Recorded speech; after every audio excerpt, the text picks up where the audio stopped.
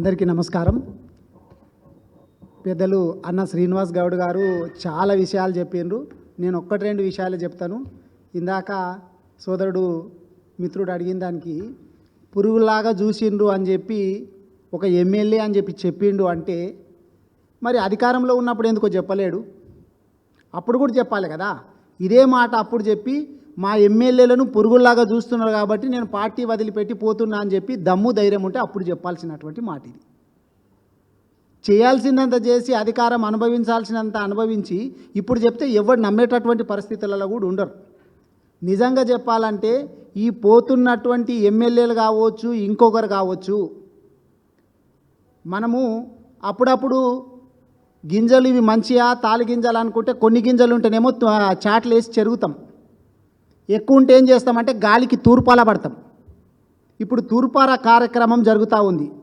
తెలంగాణ రాష్ట్రం లోపల తూర్పార పట్టడం అనేటటువంటి కార్యక్రమం జరుగుతూ ఉంది. ఈ తాలుగింజలైనటువంటి ఈ దొంగలందరూ కూడా పార్టీలకు వెళ్ళి బయటికి వెళ్తూ ఉన్నారు. వాళ్ళు పోవాలా, పోతేనే మాలాంటి అస్సలైనటువంటి గింజలు నిజమైనటువంటి కార్యకర్తలు నాయకులు అనేటటువంటి వాళ్ళు మిగులుతారు. అప్పుడు ఉన్నది మేమే, ఈ దొంగలు వీళ్ళంతా. వీళ్ళు తాలుగింజలు పోతే నష్టం ఏం లేదు పార్టీకి. వీళ్ళు ఒక్కరు పోయినంత మాత్రాన నష్టం లేదు. కేసీఆర్ గారు ఒక్క లీడర్ పోతే 100 మంది లీడర్లను తయారు చేసేటటువంటి కేసీఆర్ గారు నాయకుడు మాకు ఉన్నారు. ఒకరెవరో పోయినంత మాత్రాన పార్టీకి వచ్చేటటువంటి నష్టమేం లేదు. మనం గతం లోపల చూసినాము, బై ఎలక్షన్స్ జరిగితే డిపాజిట్లు కూడా రాలేవు ఈ పార్టీలకు. ఇప్పుడు అధికారంలో ఉన్నటువంటి పార్టీ కావచ్చు, ఇంకో పార్టీ కావచ్చు, డిపాజిట్లు చాలా సందర్భాల్లో డిపాజిట్ రాలేవు. వాళ్ళు మొన్నటికి మొన్న ఎంతమంది ఎమ్మెల్యేలు ఉండ్రి, ప్రతిపక్ష హోదా కూడా లేకుండే అధికారంలోకి రాలేరా? కాబట్టి రాజకీయాలలో గెలుపోవటములు అనేటటువంటి సర్వసాధారణం. ఇప్పుడు ఒక ఆయన రాజీనామా చేసిపోయినా అని చెప్పి రాజ్యసభ సభ్యుడు ఒక ఆయన రాజీనామా చేసిండు. చాలా సంతోషము, స్వాగతిస్తున్నాం. మరి వాళ్ళ కూతురుని ఎందుకు రాజీనామా చేయించలేడు? ఈడ చేయించాలి కదా. నువ్వు విలువల కట్టుబడి ఉన్నటువంటి వ్యక్తివైతే నువ్వొక్కడివి రాజీనామా చేసుడు కాదు. ఈడ నీ కూతురు బీఆర్ఎస్ పార్టీ గుర్తు మీద గెలిచి హైదరాబాదు నగరానికి మేయర్గా ఉన్నది, ఒకటే ఇంట్లో వండుకుంటూ.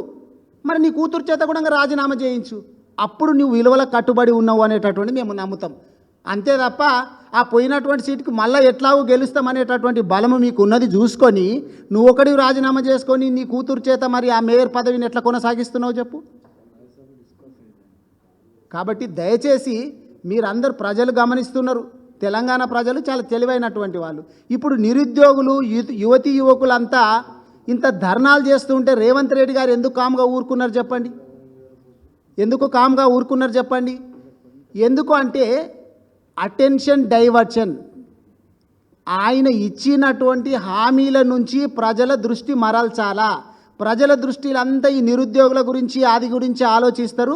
అప్పుడు వాళ్ళకి ఇచ్చినటువంటి హామీలన్నీ కూడా మర్చిపోయేటటువంటి అవకాశం ఉంది. ఆ దృష్టి మరల్చాలనేటటువంటి ఉద్దేశంతో రేవంత్ రెడ్డి గారు చేస్తూ ఉన్నారు. ఇప్పుడు ఎందుకంటే నువ్వు ఉద్యోగాలు ఇచ్చేది యువతి యువకులకు, వాళ్ళే చెప్తున్నారు, అయ్యా మాకు కొద్ది రోజులు సమయం ఇయ్యి అని వాళ్ళు చెప్తే, వాళ్ళు చెప్పిన తర్వాత నీవేంది, నీకు నష్టం లేదని నువ్వు చెప్తున్నావు. నేను పోస్ట్ పోన్ చేస్తే నాకు నష్టం ఏం లేదు అని చెప్తున్నావు. మరి చేస్తే నష్టం ఏం లేనప్పుడు చేయడానికి ఏముంది? అవునా కాదా? కాబట్టి దయచేసి మీరు అందరు కూడా ఆలోచించాలా.